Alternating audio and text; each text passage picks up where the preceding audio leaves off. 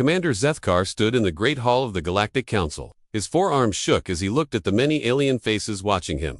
The Ashanti made their crystal sounds, while the Cathora clicked their hard shells together. Everyone wanted to hear what he had to say about the humans. Zethkar had fought in wars for over 50 years. He had seen many battles across the galaxy, but nothing had prepared him for what humans could do in a fight. His voice was quiet when he started to speak. I must tell you about Admiral Kim Tae-ho. He began. This human lead 8 small ships against 30 of our biggest war vessels near Kepler 442. Any smart commander would have run away or given up. Kim Tae-ho did neither. The alien council members leaned forward. They had heard stories about humans, but most thought they were just wild tales. Humans were new to space war. They had simple weapons and old ships. How could they be dangerous? Zethkar remembered that day clearly. His fleet had surrounded the human ships. The humans were trapped with nowhere to go. Their ships were smaller and weaker. Victory should have been easy. I sent them a message to surrender, Zethkar continued. Admiral Kim replied with just 4 words. We choose to fight. What happened next still gave Zethkar bad dreams. The human ship, called Indomitable, was badly damaged. Plasma fire had torn holes in its metal skin. Any normal crew would have used escape pods to save their lives. Instead, Captain Park Min-soo did something crazy. He pointed his dying ship straight at Zethkar's flagship and pushed the engines to full power. The ship flew like a bullet toward the much bigger alien vessel. My crew thought the humans had lost their minds, Zethkar said. We tried to shoot the ship down, but it was too fast. Captain Park broadcast a message as his ship came at us. He said only 3 words. For Busan base. The collision was massive. The human ship exploded against the alien hull like a bomb. Fire and metal flew everywhere. Zethkar's flagship spun out of control. Half his crew was hurt or dead, but the attack was not over. From the burning wreck of the human ship came dozens of small pods. Inside each pod were humans in spacesuits. They had tools and weapons. Even though their ship was destroyed, they kept fighting. The human soldiers cut through the alien ship's walls with plasma torches. They moved through the dark halls like hunters. When Zethkar's soldiers shot at them, the humans used their dead friends' bodies as shields and kept coming. They turned their own death into a weapon, Zethkar told the council. His voice was full of fear and respect. No other species would do this. No other species could do this. The battle lasted 6 more hours. The humans fought with broken weapons. In damaged suits, they had no backup and no hope of rescue, but they never stopped attacking. Engineer Han Woo-jin used a simple welding tool to cut through blast doors that were meant to stop plasma cannons. Medic Lee So-young kept fighting, even after she lost her helmet and had to hold her breath in space. Sergeant Choi Daeun threw himself onto an alien bomb to save his team. They fought like they had already accepted death, Zethkar said. This made them more dangerous than any weapon. When you have nothing left to lose, you become unstoppable. The other human ships saw what happened to the Indomitable. Instead of running away, they came closer. Each captain made the same choice. As Park Min-soo, they turned their ships into weapons. Captain Nam Soo-young rammed his ship into an alien cruiser. Captain Yoon Ji-hai crashed her vessel into Zethkar's weapons platform. One by one, the human ships died. But each death hurt the alien fleet more. By the end of the fight, Zethkar had lost 20 ships. The humans lost all 8 of theirs. But somehow Zethkar felt like he was the one who had been defeated. The worst part was not the damage they did, he told the council. The worst part was knowing they chose this. Every human could have escaped. Every human could have lived. But they decided that stopping us was more important than their own lives. The alien council members looked at each other with worry. They had expected to hear about human weapons or tactics. Instead, they heard about human will. Zethkar reached into his armor and pulled out a small metal piece. It was burned and twisted from the battle. This came from Captain Park's ship, he said. I keep it to remember what I learned that day. He held up the metal so everyone could see it. I learned that humans do not fight to win. They fight because they believe they are right. And when someone believes they are right, they will do anything to prove it. The council hall was very quiet. Even the Ashanti stopped their crystal singing. Everyone was thinking about what they had just heard. Zethkar put the metal piece away and looked at the council one more time. This was just the beginning, he said. What I saw after this was much worse. 3 months had passed since Zethkar surrounded the human mining colony at Omega 7. It should have been a simple victory. Cut off their supplies and wait for them to give up. That was how war worked in the galaxy. Every species knew this rule. The humans did not know this rule. Director Lee So-young ran the mining station with 2,000 workers. Most were families who had come to dig rare metals from the asteroids. They had mining tools and cargo ships, not weapons and warships. When Zethkar's fleet arrived, any smart leader would have surrendered to save lives. Lee So-young was not any smart leader. We received her first message on day 5 of the siege, Zethkar told the council. She said they would not give up. I thought she was just being brave for her people. I was wrong. The first sign something was different came on day 10. Zethkar's ships detected strange energy readings from the station. His science officer said the humans were modifying their mining equipment. This seemed harmless. What could miners do? With rock-cutting tools, Chief Engineer Han Woo-jin showed them what miners could do. He took the machines that crushed asteroids and turned them into weapons that could throw metal chunks at incredible speed. The ore processors that sorted metals became magnetic guns that could shoot through ship armor. The giant drills that cut through rock became massive spears that could punch holes in alien hulls. They turned their entire workplace into a weapons factory, Zethkar said. In 2 weeks, a peaceful mining station became a fortress that could fight back. But weapons were not the strangest part. The strangest part was how the humans worked. Zethkar's soldiers needed 8 hours of sleep each day. They needed regular meals and rest breaks. They had to rotate duties so no one got too tired. This was normal for all galactic species. The humans worked 20 hours each day. They ate food bars that would poison most aliens. They drank a black liquid called coffee that made them move faster and think quicker. When they got tired, they made jokes about being tired and kept working. Supervisor Choi Dae-yoon ran the night shifts. She had not slept more than 4 hours in 3 weeks. Yet she moved around the station like she had endless energy. She helped build weapons, fixed broken machines, and took care of injured workers all at the same time. I watched her through our scopes, Zethkar said. She should have collapsed from exhaustion. Instead, she was singing while she welded metal plates together. Singing while preparing for war. Foreman Kim Jae-min was even stranger. He had lost 3 fingers in an accident while making ammunition. The human doctors fixed his hand with metal parts from a broken mining robot. 2 days later, he was back at work. He said the metal fingers worked better than his old ones. The humans called this making do. They used broken things to fix other broken things. When they ran out of proper materials, they made new materials from whatever they could find. Nothing was ever thrown away. Everything could be used for something else. Zethkar tried to break their spirit by destroying their supply ships. The humans celebrated. They said now they did not have to worry about running out of storage space for all the weapons they were making. When Zethkar cut off their power, the humans connected their personal devices to the station's main system. Hundreds of small batteries became one big battery. Children gave up their game machines to help power the defense systems. They treated the siege like a puzzle to solve. Zethkar explained to the council. Every problem we created, they found a way around. Every advantage we had, they turned into their own advantage. The worst part was their attitude. Zethkar expected fear and despair. Instead, he heard laughter and music coming from the station. The humans had parties while they built weapons. They told funny stories while they prepared for battle. Cook Park Min-soo kept making meals for everyone even though food was running low. He created new recipes using machine oil and metal shavings. Somehow, he made this terrible mixture taste good enough that people wanted more. Teacher Nam Soo-young kept holding classes for the children. She taught them math by calculating weapon trajectories. She taught them science by explaining how their new defenses worked. The children learned about war by helping to fight it. On day 75, Zethkar made his final attack. His ships moved close to the station for the killing blow. That was when Director Lee made her last announcement. Attention, alien fleet. Her voice came through the speakers. We want to thank you for giving us time to prepare. We have learned a lot about warfare in these past months. Now we would like to show you what we learned. The entire mining station began to move. Engines that once pushed asteroids now pushed the whole facility. The station, weighing millions of tons, flew straight at Zethkar's flagship like a giant bullet. They turned their home into a weapon, Zethkar whispered to the council. The last thing I heard was Director Lee, laughing as she aimed their station at my ship. The collision destroyed 3 alien vessels and scattered the rest. Zethkar escaped, but barely. The humans had won by destroying everything they had built and killing themselves in the process. The jungle world of Verdania Prime was supposed to be an easy victory. Zethkar brought his best warriors, the Crimson Fangs. These soldiers were 7 feet tall, with thick scales that could stop bullets. They had claws that could cut through metal and eyes that could see in complete darkness. Each one was worth 10 regular soldiers. The humans defending Research Station Alpha had only 43 people. Most were scientists who had never been in a real fight. Their leader was Lieutenant Colonel Yoon Ji-hai, a small woman who looked like she would break if someone pushed her too hard. Zethkar thought the battle would be over in 1 hour. The battle lasted 3 days. The first attack should have worked, Zethkar told the council. His voice was quiet and confused. My Crimson Fangs moved through the jungle like shadows. They were faster and stronger than any human. But something went wrong. The problem started when Sergeant Oh Min-ho spoke into his radio. He said only 6 words. Contact left, 200 meters out. Before he finished talking, Corporal Jung Hae-jin was already moving to the right side. She had not seen the enemy, but she knew where to go. This happened again and again.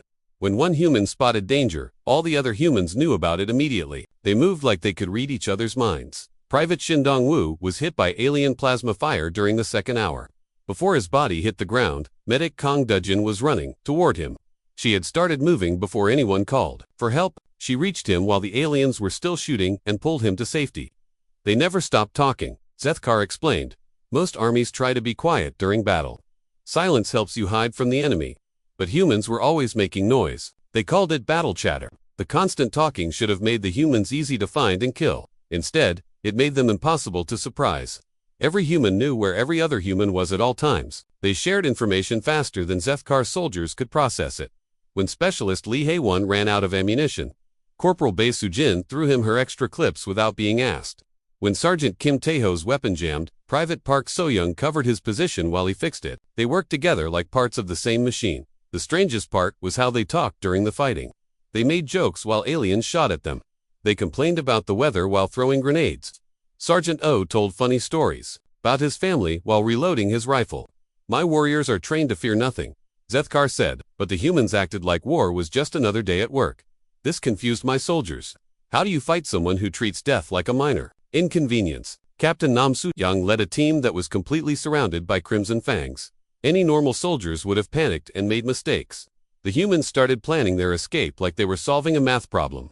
Move to point 7 when I count to 3, Nam said calmly. Jinho takes the left path, Mireille covers the center. Everyone else follows me right. Her voice was as calm as if she was giving directions to a store. The humans moved exactly as planned. They had practiced this kind of movement so many times that they could do it without thinking. Each person knew their job and did it perfectly. But the most frightening thing happened on the third day. Zethkar's forces had finally cornered the last group of humans in the research station.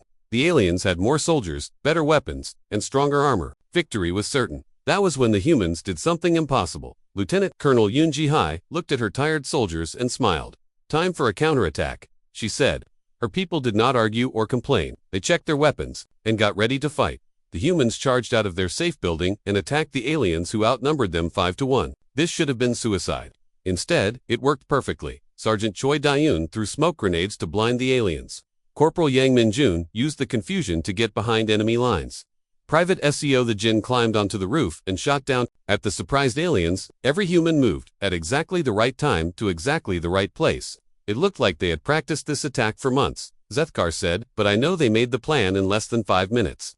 They moved together, like they shared one brain. The counterattack broke Zethkar's forces completely. His elite Crimson Fangs ran away from 43 humans who should have been dead hours ago. The aliens retreated to their ships and left the planet. Zethkar learned something terrible that day. Humans were not just brave or lucky. They were something much more dangerous. They were a pack. Most species fight as individuals who happen to be on the same side. He explained to the council. Humans fight as one creature with many bodies. When you hurt one human, all the other humans feel it. When one human sees the enemy, all the other humans know where to look. The alien council members shifted nervously in their seats. They were starting to understand why Zethkar looked so worried. Fighting them was like fighting a hydra, Zethkar concluded. Cut off one head, and 2 more appeared to take revenge. The Maelstrom Nebula was a place where ships went to die. The swirling clouds of gas and radiation could melt metal hulls in minutes. Gravity storms could crush a vessel like a tin can. Worst of all, void creatures lived in the dark spaces between the stars. They ate starship metal and hunted anything that moved. Every species in the galaxy knew to stay away from the Maelstrom. It was a graveyard of foolish captains who thought they could survive the impossible. When the colony ship, New Soul, broke apart at the edge of the nebula, most aliens would have said prayers for the dead and moved on. 3,000 people were lost in the wreckage, floating in the deadly clouds where no rescue was possible. The humans sent a ship to save them. I could not believe what I was seeing, Zethkar told the council. The medical frigate, Mercy, flew straight into the nebula. Captain Lim Hae-won had 60 crew members who knew they might never come home, but they went anyway. Zethkar's fleet followed at a safe distance. He wanted to see what the humans would do when they realized their mistake. The nebula would kill them all within hours. It was simple science. The humans did not care about simple science. Chief Medical Officer Dr. Park Soo-hyun prepared the ship's medical bay for hundreds of wounded people. She had space for maybe 50 patients, but she cleared out storage rooms and crew quarters to make more room. She said they would find a way to treat everyone, no matter how many they found. Engineer Ko Minjin put on a spacesuit and went outside the ship while it flew through the deadly nebula. He connected himself to the ship with a cable and floated in the radiation storm to grab survivor pods by hand. When Zethkar's crew saw this, they thought the human had gone insane. The radiation should have killed him in minutes. Zeth explained. The gravity storms should have torn him apart, but he kept working. He pulled pod after pod back to his ship while death flew all around him. The void creatures came next. These monsters were as big as fighter ships, with teeth like metal spears and skin that could not be hurt by normal weapons. They smelled the human ship and came to feed. Captain Lim ordered his crew to fire all weapons at the creatures. The ship's guns worked for 10 minutes before the radiation fried their circuits. The humans were now defenseless in the most dangerous place in the galaxy. That was when Petty Officer Seo Taeyong did something that still gave Zethkar nightmares. She put on a spacesuit, grabbed a handheld mining laser, and went outside to fight the void creatures by herself. The laser was meant for cutting rocks, not fighting monsters. But Seo used it to cut the creatures' tentacles when they tried to grab the ship. She was one small human with a tiny weapon, fighting monsters that could swallow shuttlecraft whole, Zethkar said, but she made them afraid. The creatures had never seen anything fight back like that. More humans joined the fight. Ensign Quan Murray used emergency flares to blind the creatures. Mechanic Shin Dong-woo threw maintenance tools at them like weapons. Cook Nam Soo-young dumped hot cooking oil on a creature that got too close to the ship's hull. The humans fought with whatever they could find. Broken pipes became spears. Electrical cables became whips. Even the ship's emergency supplies were turned into weapons. But the most amazing thing was how they kept rescuing people while fighting for their lives. Dr. Park treated injured survivors while void creatures attacked the ship. Engineer kept going outside to grab more pods while monsters tried to eat him. Nurse Jung Hae-jin found a survivor pod with a broken life support system. The person inside was dying from lack of oxygen. She took off her own helmet and gave the survivor her air supply. She held her breath in the deadly space around the nebula until other crew members could help. They were willing to die for people they had never met, Zethkar said, complete strangers who might already be dead. But the humans risked everything. To save them, the rescue took 18 hours. By the end, the Mercy was falling apart. The hull had holes from creature attacks. The engines were failing from radiation damage. Half the crew was injured from fighting monsters. But they had saved 847 people. The ship was designed to carry 200 people safely. The humans crammed more than 4 times that number aboard. They threw out everything that was not essential. Tools, spare parts, even their own escape pods were ejected to make room for survivors. Families slept in hallways. Injured people were treated in storage closets. The ship's dining room became a hospital ward. Everyone shared food, water, and air with people they had just met. When the Mercy came out of the nebula, it looked like a floating wreck, Zethkar said, but everyone aboard was alive. The humans had done something that should have been impossible. The most disturbing part came later. Captain Lim sent a message to Zethkar's fleet before jumping to hyperspace. The message was only 5 words. Long thank you for following us. Zethkar realized the humans had known his ships were watching. They had performed this impossible rescue while alien enemies observed their every move. They did not care who saw their weakness or their courage. No other species would risk everyone to save anyone, Zethkar told the council, but humans see no difference between saving 1 life and saving 1,000 lives. To them, every person is worth any risk. Zethkar's hands shook as he prepared to tell the final story. This was not about human courage or their strange way of fighting. This was about something much more frightening. The alien council members leaned forward, sensing that the worst revelation was yet to come. What I have told you so far is that the Begin were just the beginning battles. I thought I understood what humans could do. I was wrong, dead wrong. 6 months after the Maelstrom rescue, Zethkar faced human forces again near the Titan station. But these were not the same humans he had fought before. Something had changed. Commander Ju Jae-sung led the human fleet this time. His ships looked different from the ones Zethkar remembered. They were still human designs, but they had been modified with alien technology. Not just copied, but improved. The first shock came when Ru's soldiers used plasma rifles that looked like Vraxian weapons. But when they fired, the beams were brighter and hit harder than anything Zethkar's own troops carried. Somehow, the humans had made Vraxian plasma rifles better than the Vraxians could make them. I thought it was impossible, Zethkar told the council. We invented those weapons. We spent centuries perfecting them. How could a young species make them work better? The answer came from Chief Engineer Song I-yun. Her team had studied every alien weapon they could find. They did not just copy the designs. They understood how each piece worked and then made it work better. The humans took Kithra shield generators and made them use less power while protecting larger areas. They improved Ashanti crystal technology to store more energy in smaller spaces. They even enhanced nebulan gas sensors to detect enemies from twice as far away. Major Park Sung-ho's ground troops carried weapons that combined technology from 6 different alien species, but these were not simple mixtures. Each weapon was carefully designed to work perfectly with human fighting styles. They learned from every battle, Zethkar explained. Every time we fought them, They studied our tactics and weapons. Then they found ways to beat us using our own technology. The second battle was worse than the first. Commander Jo Yoon-suk appeared with ships that Zethkar could barely recognize as human. They moved faster than Varaxian cruisers, hit harder than Kythera destroyers, and could disappear like Nebulan ghost ships. But the most terrifying moment came when Captain Lee Minji sent a message to Zethkar's fleet. She thanked him for teaching her people about galactic warfare. She said the humans had been very good students. Then she proved it. Lee's ships attacked using tactics that Zethkar had never seen before. They combined Vraxian speed with Kythera, precision, and Ashanti power coordination. But they added something new that no alien species had ever tried. The humans fought like they did everything else, together, while other species had fleets where each ship fought alone. The human ships moved like one giant creature. When one ship was damaged, 3 others immediately covered it. When enemies tried to surround a human vessel, the entire fleet moved to protect it. They turned fleet combat into pack hunting, Zethkar said, just like they did on the ground. But with instead of soldiers, Admiral Kim Young-soo's latest reports were the most frightening of all. His ships now carried weapons that no alien species could identify. The humans had stopped copying other people's technology. Now they were creating completely new inventions. They had energy weapons that could punch through any known armor. They had shields that could absorb enemy fire and turn it into power for their own systems. They had engines that could make sharp turns at speeds that should have torn the ships apart. We taught them war, Zethkar said quietly. But they learned something we never intended to teach. They learned how to make war better. The reports, coming into the council chamber, painted a clear picture. Human fleets were moving toward the galactic core, but not as conquerors. They were coming as teachers, ready to show other species what warfare could become. Captain Nam Soo-young's last message to the Vraxian High Command was simple and polite. She thanked them for the valuable lessons and said that class was now dismissed. She hoped they had learned as much from humans as humans had learned from them. Do you understand what this means? Zethkar asked the council. Every battle we fought against them made them stronger. Every weapon we used against them, they learned to use better. Every tactic we tried, they improved upon. The worst part was not that humans were getting better at war. The worst part was how fast they were learning. Other species took centuries to develop new technologies. Humans did it in months. We thought we were the teachers and they were the students, Zethkar said, but we were wrong. They were teaching themselves and we were just providing the examples. The council chamber was completely silent. Representatives from a dozen species stared at Zethkar with growing fear. They realized that their assumptions about human limitations had been dangerously wrong.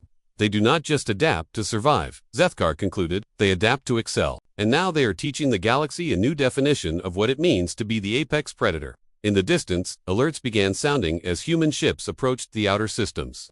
They came not as enemies, but as something far more unsettling. The new standard by which all warriors would be measured.